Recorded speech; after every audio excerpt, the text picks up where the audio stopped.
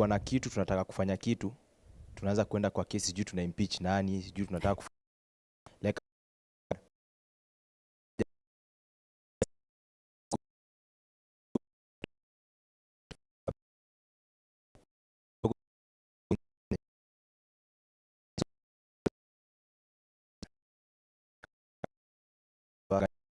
nafanya mpaka unaogopa kuwa na familia tayari.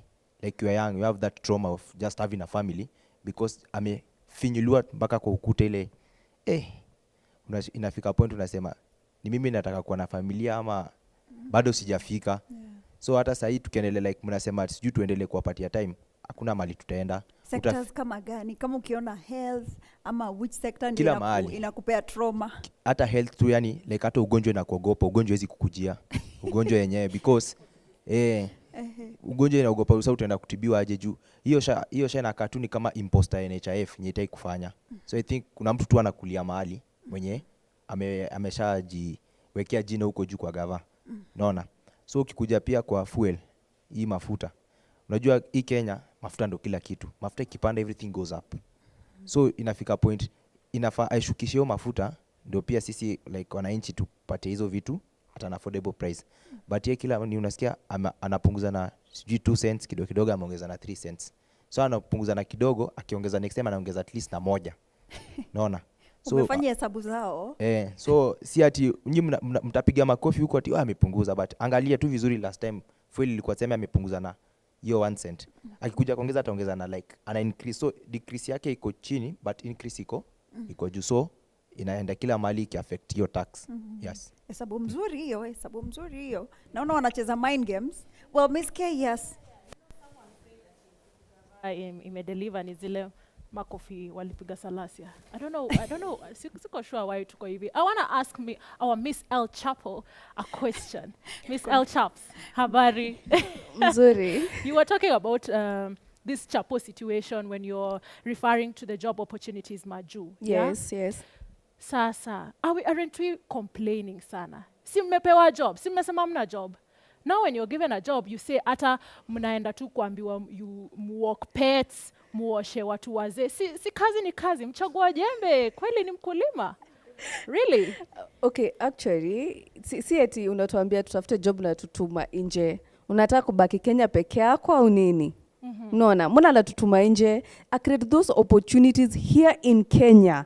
Hatutaki kwenda huko nje kuanza kusumbana na baridi, sijui kuna ice, kuna those things. Hatutaki, tunataka kukaa nyumbani. East or west, home is the best.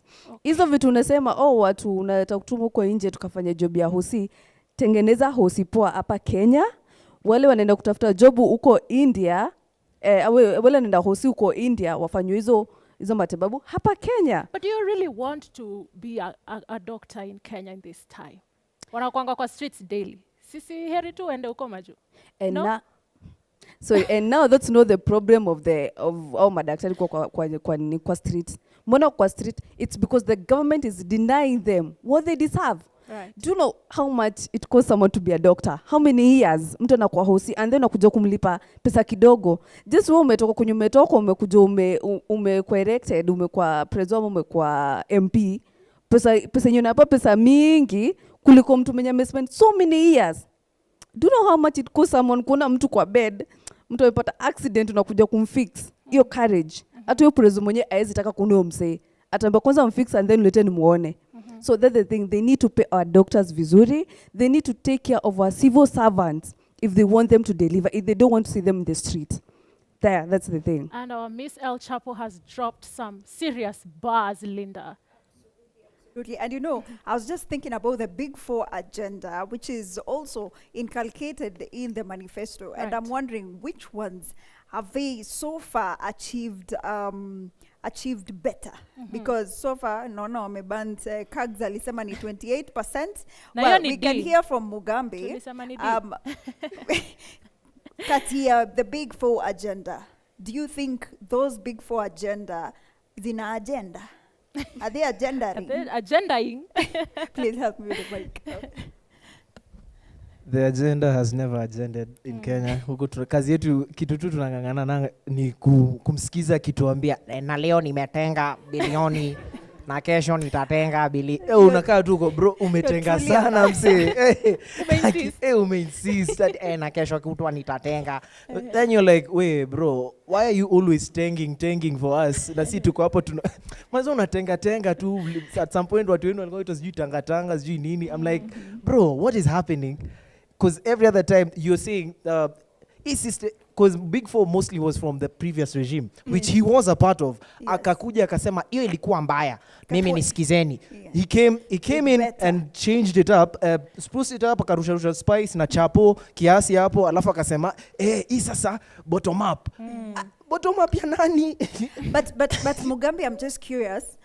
Amongst the things that are included in the manifesto, Yeah. is there one that really stood out for you and you're like, I like this one, I hope it works? Honestly, there was especially because he had sections. Kulikuwa na film. In the film one, he said kunafaa kuwa na an allocation for money by the government to at least create a film, to fund and give equipment to film or lease out film equipment to most of these production houses out here. Well, not production houses, like production companies. When you see we work for and get films made out and all these things that people end up seeing. And then I'm thinking, that's a very beautiful thing. That's a very good idea, but do you natoka happy? Financial commitment. See as sports. I'm like, bro, unadu? Well, nilikuwa nimekatch. Linda, our guy here really has something to say from Narok. Ian, let me have that. Yes. You know, in Kenya, the biggest resource we have is human resource. Right. Now, this government, what they thought first was take these intelligent people, send them abroad, and then they bring them money here. Now, instead of that, do you know right now people are they're dying abroad, like Kenyans. They're losing the young ones every day. Do you know that? Is this factual? Yeah, check it out. I was checking other parents, they were complaining. They lost like 3 kids. From what? I don't know. In a country, just disappearance, found dead. Disappear, found dead. So, apart from being abducted, abroad, even here, you have no chance. The biggest sin I think me as a person ever committed is being young. Because najua naweza toka hapa nje sasa nipotee. Siko sure kama nikitoka hapa nje nitakuwa niko sawa. I'm not sure. Now, coming to Machapo, do you think like we have pathological leaders? Like we have sick people in this country. Sick people. Mtu anakudanganya kuangalia kwa macho. My friend mrembo anakuangalia hivi. Nitatoa ng'ombe 6 nikuoe.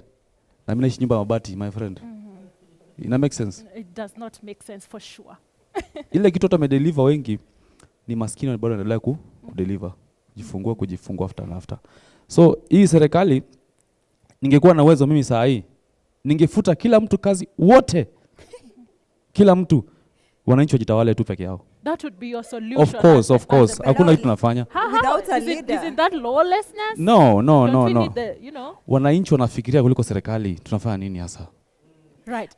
And we will come to the solutions in a minute, right, Linda? Yes. I was just wondering, but what are your recommendations, though? Okay, Now let's hear that them. this particular manifesto isn't working, then we're just wondering, what are the solutions? What are the recommendations? Perhaps before we move to the next section, what would be your recommendation without saying that tukue leaderless? Cross-generational leaders. Hii percent kubwa that we have in this regime, watu ni wazee wote, yani ni marehemu watarajiwa wote. Sini ukweli? Unazeeka uende wapi kwa mdogo? Sini ukweli? Yeah.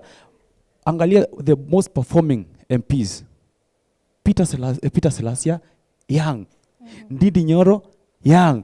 Babu Owino, young. Didis Baraza, young. The rest, wazee. But what are you driving at? What is your recommendation? We have thinkers, custodians of thinkers of this Kenya. Ni sisi, you see us here. Mimi ukinipatia hii Nairobi saa hii, vile mwezi nipatia, lakini nikipatiwa.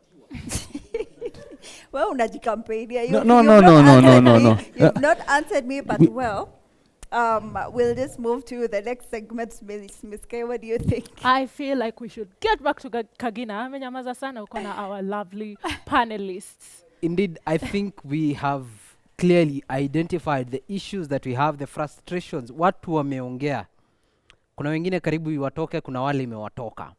But the question I'd have for starting from Mulamba, what solutions do you propose to fix the current problem, the frustrations that we've seen among the youths who've spoken here on Gen Z? That is the only sound solution. Ruto must go does not represent the president alone. It represents the presidency and the whole political battalion. They are so bad. Looking at our current laws, there's no room for people waking up and deciding must go. Technically, there are provisions for that with the law. So other than that, do we have other solutions, practical ones that we can start implementing, that those in office can start implementing today, even as we look forward to the next regime, or rather the next time we are going to be voting for a new leader? I believe we need to have a constitutional review. Frankly, the president of this country has too much appointive powers. There should be a commission for appointments, because tell me, how are we going to win the 2027 elections with an IBC chairperson appointed by the president? How are we going to trust the judiciary, which is still appointed, the head of judiciary is still appointed by the president? How are we going to trust the Attorney General to tell our business to the president and advise the president properly and is still an appointee of the president? Usually, almost all appointees are gagged. They just have to do the bidding of the president. I think we need to have a constitutional review. We need to have whatever the Kuro Court was proposing, a constitutional amendment bill or something. A popular initiative, for a fact, raised by the people, funded by the people, and campaigned for by the people. See, the BBI initiative wasn't so bad, save for the leadership position staff, the prime minister and staff. The other stuff in the BBI was nice. But the BBI was shot down by the courts because it was not a popular initiative. It was an initiative, that was incepted by the president at the time and, the former Prime Minister Raila Odinga. We need that. We need to have the right checks and balances in the Constitution, because the Constitution is a progressive document. It is amended from time to time to give way to, more vibrant ideas. I also know for a fact that we need better leaders, not the current crop that we have. And that's why we are pushing the young people to come out as boldly as they have today, to tell the current crop of leaders that enough is enough. We are tired of you and we can do the job better than you. It is about time we also start speaking of the possibility of pushing our MPs to do the right thing. I mean, the recall process should be activated, because it's only the MPs who can impeach the president. If we are to survive with another president, if you are to get another president before 2027, the easiest way to get that new president will be through parliament. See, the same pressure we put to the MPs, and they rejected the finance bill well after we rejected it first, and they dropped it down. That is the same pressure we can put to our MPs to impeach the president constitutionally. All right, Sophie, in terms of solutions, what do you have to say? What can be fixed to put this country in the right direction in terms of delivering what we have? Okay, first of all, to go back a little bit, I'd like to say that what we're doing here is part of the solution. As a Christian, I'm an Anglican, we see that the church is taking front stage in telling the government that what you're doing, especially to your citizenry, it is not right. And I will refer to a verse in the book of Ezekiel, chapter 3, verse 18. It says that if you see a righteous man doing something wrong and you don't call them out, the day they die, their blood and the wickedness will turn to you. So me as a Christian girl, I'm taking up my role to tell this government that what you're doing is wrong.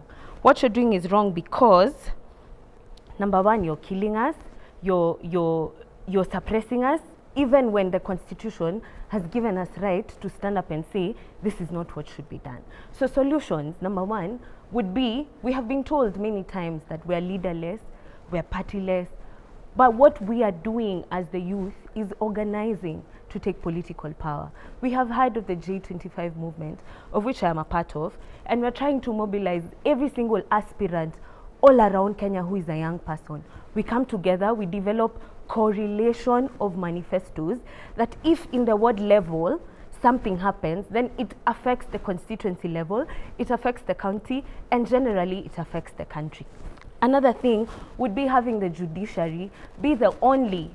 We see parliament has been captured. We see senate has been captured. We see the executive is really not pro-people. So the only institution of government that is left to assist us is the judiciary. What is the judiciary then doing to oversight the government? Then there is also the issue of oversight. We see the controller of budget, we see the auditor general giving the facts of how public funds are being used. So what do we do with that information? As Kenyans, we're so complacent, we don't follow up on what happens to your taxes. We saw the road levy being increased from a whole 18% to 25%. But what is the state of the roads today? They're still in a pathetic state. We also see that justice has to be served, most especially to those who have lost their lives when they were exercising their constitutional rights. Today is the 25th of March, and that marks 9 months since we lost young people in the streets on 25th of June. How many people have been held accountable? How many families have received justice? We still have people missing today. So a lot has to be done. And it has to start with the people who we have put in government, saying enough is enough, the people come first, and we have to do what is right as per the people. Well, all right, we have indeed heard what the recommendations have been put out there. For me, talking to the government, the president recently said, hawatampatia shetani nafasi. In that spirit, there's a verse here in Numbers 23:19 that says, God is not man that he should lie. Alafu inaendelea inasema, not a human being that he should change his mind. Does he speak and then not act? And then later, in the New Testament, there's where it says that, Jesus is not man that he should lie, a father, to tell you that he will give you fish and give you a toad. So my challenge to the government would be, in the spirit of not giving the devil a chance, the father of all lies, how about we embark on implementing what we have promised to the Kenyan citizens? And that doesn't have to be 100% on the issues that have not been touched. Starting and initiating them would really make a difference. Linda.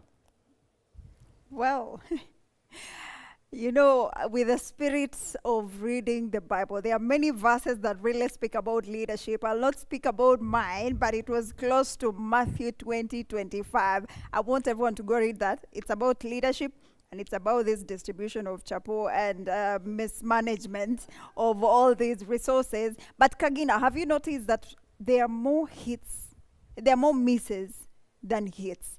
And also, there are very few gains. Actually, your rating of 28 was quite high, because judging from what these panelists have talked about, there are more issues than solutions, right? So this is a conversation that we should still have, because we need to take stock of how the government is performing. This is midterm. We still need to take stock after some time, because this conversation must be held. My name is Linda Koskei. See you again next Tuesday for yet another exciting episode of Gen Z Manifesto. Thank you so much, Linda. Now, let's conclude the show. You see, the irony of it all is that the president launched the Youth Agenda Charter at Nyayo Stadium in June 2022, just before he got to office. The youth embraced him, voted for him, the hustler. He seemed to understand our struggles. Fast forward 2.5 years later, the same youth at Nyayo Stadium, same place, last weekend, chanted and shouted, Ruto must go. Rais, ni kama kuna makosa imefanyika mahali, and we are not fighting you, nor your political besties and frenemies. We simply want accountability and follow-ups on your promises.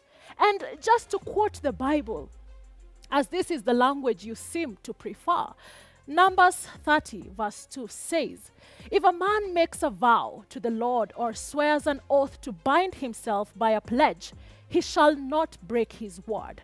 He shall do according to all that proceeds out of his mouth. And let the congregation say, Amen. My name is Miss Kahiro, and this has been the Gen Z Manifesto. See you next Tuesday, same time, same place. Good night. All right. Thank you so much.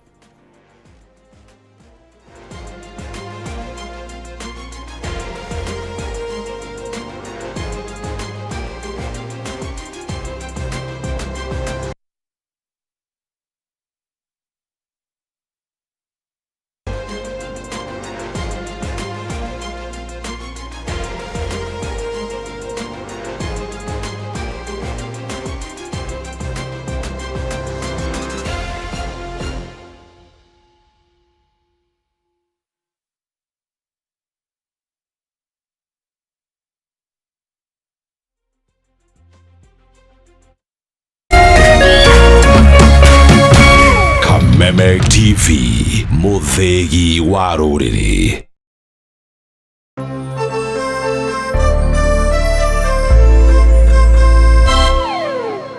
Alright, avuka na Cash Box na Best Now mitambo-inĩ ya Kameme TV muthenya wa rũrĩrĩ.